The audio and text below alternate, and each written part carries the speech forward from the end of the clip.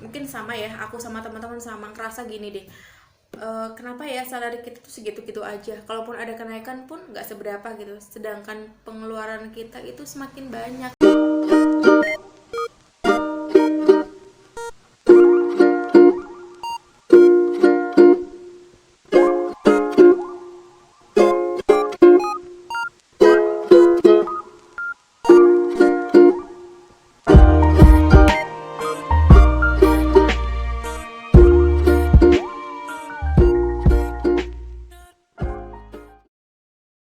Assalamualaikum warahmatullahi wabarakatuh. Halo teman-teman semuanya, salam kenal dan selamat datang di Erin Channel. Untuk teman-teman yang baru pernah nonton, oke, kali ini aku mau bahas tentang bisnis. Aku punya beberapa rekomendasi bisnis untuk teman-teman yang bekerja. Jadi ini pengalaman aku, ini sharing aku, jadi sesuai dengan apa yang pernah aku alami.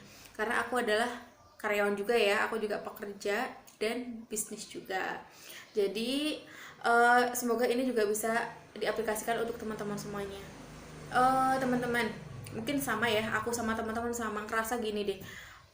Kenapa ya salary kita tuh segitu-gitu aja, kalaupun ada kenaikan pun nggak seberapa gitu, sedangkan pengeluaran kita itu semakin banyak gitu, kebutuhan tuh ada aja gitu, ada aja kebutuhan yang tak terduga gitu, yang mungkin sebelumnya teman-teman belum nikah ya, terus sekarang udah nikah tapi salary-nya masih sama. Kemudian teman-teman sekarang udah punya anak, jadi harus beli kebutuhan anak juga, banyak hal lah mungkin, dan kalian bingung nih harus gimana. Dan mungkin ini jadi motivasi teman-teman, akhirnya kalian berusaha untuk memulai berbisnis. Nah, kira-kira bisnis apa sih yang cocok ya teman-teman?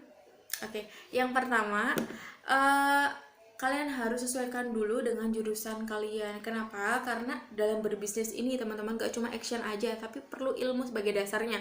Kalau teman-teman cuma action aja, tapi teman-teman gak punya ilmunya, pasti deh, aku yakin teman-teman gak akan konsisten. Karena apa? Bisnis itu perlu konsentrasi, perlu konsisten, perlu kerja keras dan ilmu teman-teman.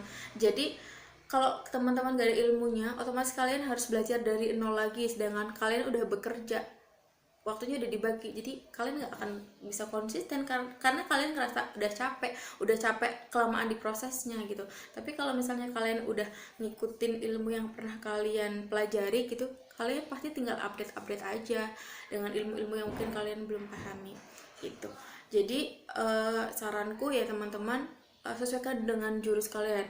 Misalnya kayak aku nih, ini sebagai contoh nih, aku juga seorang pekerja, aku tenaga medis bidan gitu kan, aku bekerja di instansi gitu. Dan gimana caranya ya aku tuh bisa berbisnis juga.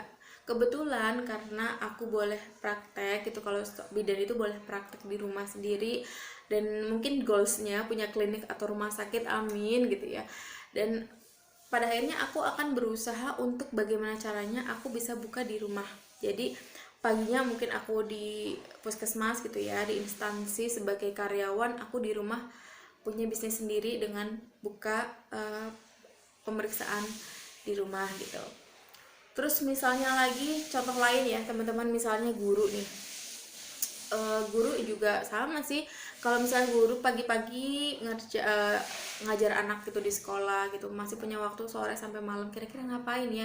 Bisa juga ngajar private atau buka kursus di rumah gitu teman-teman. Atau mungkin teman-teman yang IT nih bisa juga freelance dengan membuka jasa bikin web, itu juga bisa banget. Jadi kalian nggak perlu belajar dari nol lagi untuk prosesnya itu, karena bisnis itu nggak mudah teman-teman. Jadi kalau kalian belum punya ilmunya benar-benar dari nol, susah gitu ya. Oke, terus yang kedua itu sesuaikan dengan passion kalian. Walaupun nih jurusan kalian, misalnya jurusanku tuh kayak aku deh, jurusanku tuh kesehatan gitu, aku udah kerja gitu, tapi aku pengen punya bisnis yang nggak melulu tentang kesehatan, karena aku juga punya passion lain atau hobi lain juga gitu. Misalnya suka make up, bisa jadi MUA juga kan gitu. Itu kan sebuah skill yang bagus juga dan memang banyak dibutuhin juga.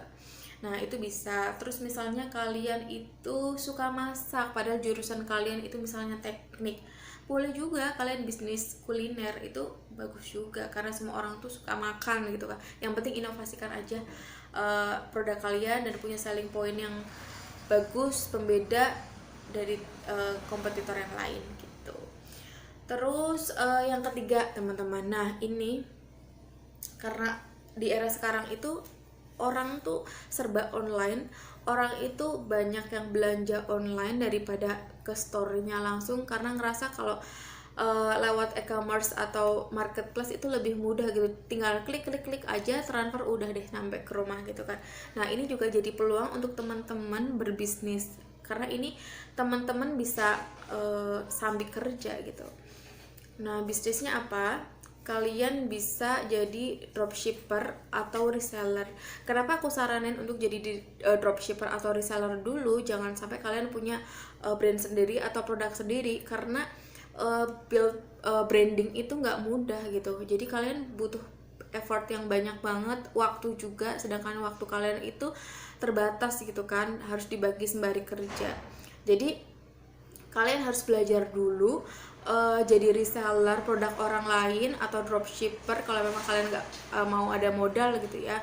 Biar kalian tuh belajar dulu kira-kira produk itu gimana sih cara ngejualnya, gimana sih manajemennya, gimana cara biar produk ini tuh bisa berkembang, bisa diterima masyarakat, diterima customer, kemudian customer bisa repeat lagi gitu. Tapi dengan catatan kalian menjual produk yang sesuai dengan produk yang nantinya kalian inginkan untuk buka atau bikin brand sendiri gitu. Jadi belajarnya nggak terlalu melenceng jauh gitu teman-teman.